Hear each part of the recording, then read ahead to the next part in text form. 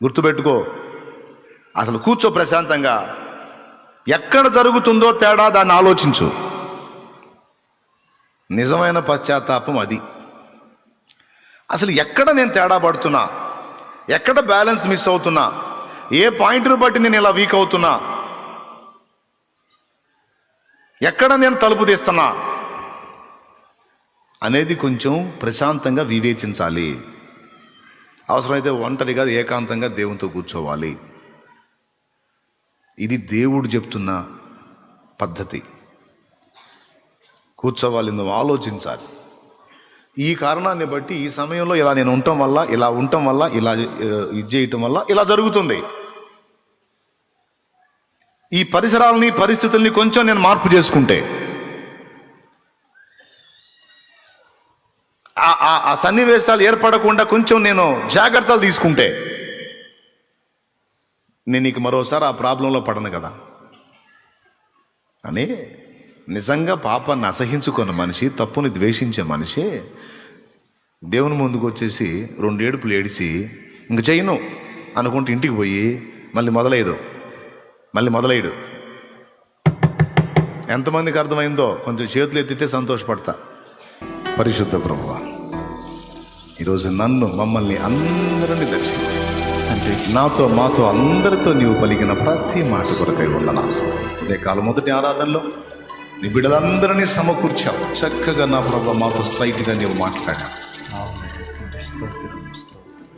కృంగిన హృదయాలను లేవనెత్తే దేవుడు పరిశుద్ధ. నన్ను నిరంతరం ఎలా బలపరిచి ప్రోత్సహించి నడిపిస్తున్నావో నా బిడ్డలకు కూడా ఈరోజు ఆ పాఠాన్ని నేర్పడానికి అవకాశం ఇచ్చావు. నీ పిల్లలమైన మేము గెలవలేనిది ఏముంది ప్రభువా? మేము జయించలేనిది ఏముంది? జయించిన నీవు మా పక్షంగా ఉన్నావు. అవును, వెనకడుగు వేసే ప్రసక్తే లేదు. 100 సార్లు వైఫల్యం చెందితే 101సారి మళ్ళా మొదలు పెడతాం. హల్లెలూయా. యేసు నామములో మళ్ళా కొత్త జీవితాన్ని, కొత్త ప్రయత్నాన్ని, నూతన అభిషేకాన్ని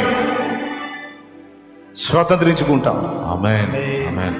దేవ మమ్మల్ని బలపరచు. నా బిడ్డల హృదయాల్లో ఈ వాక్కు నిరంతరము స్థిరముగా ఉండునట్లు, నా గుండెలో కూడా ఈ వాక్కు నిరంతరం స్థిరముగా ఉండునట్లు, నా బిడ్డలందరి హృదయాల్లో ఈ వాక్కు స్థిరముగా ఉండునట్లు, లైవ్ ద్వారా వీక్షించే బిడ్డల హృదయాల్లో కూడా ఈ వాక్కు స్థిరముగా ఉండునట్లు మమ్మల్ని అందరినీ కూడా నీ కృప చేత బలపరిచినందుకు కృతజ్ఞతా స్తోత్రాలు. మా బిడ్డలందరినీ కూడా జ్ఞాపకం చేసుకొని బలహీనులను బలపరిచి, శక్తిహీనులకు శక్తినిచ్చి, కృంగిన వారిని లేవనెత్తి, రోగులను స్వస్థపరిచి, దురాత్మ పీడితులకు విడుదల ప్రసాదించి, రకరకాల ప్రయత్నాలు ఓటమి పాలైపోయి దిగజారిన స్థితిలో ఉన్న బిడ్డలకు గొప్ప ఉత్సాహాన్ని, ఉల్లాసాన్ని ఇచ్చి, గొప్ప విజయాన్ని ఇచ్చి ముందుకు నడిపిస్తున్నందుకు స్తోత్రాలు చెల్లిస్తూ యేసు నామములో నేను మహిమపరచుకుంటున్నాం తండ్రి.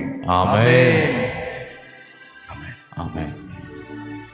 మన తండ్రి అయిన దేవుని ప్రేమ, ఆయన ప్రియ కుమారుడు, మనందరి ప్రాణప్రియుడు, మనందరి రక్షకుడైన యేసయ్య శాశ్వత నిత్య కృప, పరిశుద్ధాత్మతోడి మనోహర దివ్య సహవాసం, సమాధానం, ధైర్యం, ఆదరణ, ప్రోత్సాహం సమకూడిన మనకు సకల పరిశుద్ధులకు సార్వత్రిక సంఘమంతటికి సదా తోడై మనందరం నిత్యత్వంలో చేరు పర్యంతము మనల్ని నడిపించునుగాక.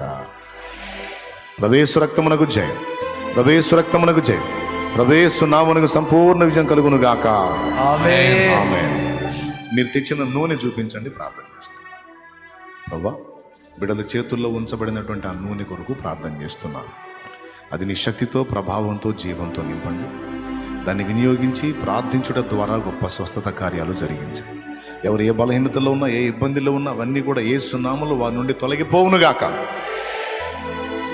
గొప్ప విజయాలు, గొప్ప స్వస్థతలు, గొప్ప అద్భుతాలు, గొప్ప సూచికలు, గొప్ప మహత్ కార్యాలు మా బ్రతుకుల్లో మీరు జరిగించి మమ్మల్ని ఉత్సాహపరిచి ఇంకా ముందుకు సాగటానికి, ఇంకా అనేక ఆత్మల్ని ఉజ్జీవింపచేయటానికి, అనేక మందిని రక్షణలోనికి నడిపించడానికి స్తోత్రం.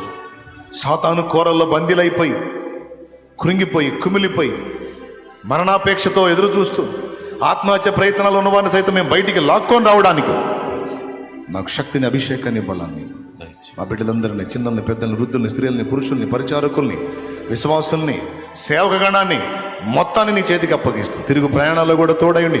సురక్షితంగా తమ తమ గృహాలకు నడిపించమని. ఇక్కడ ఉండే బిడ్డలకు నీ కాపుదల దయచే, పరిచయం చేసే బిడ్డలకు నీ కాపుదల దయచే.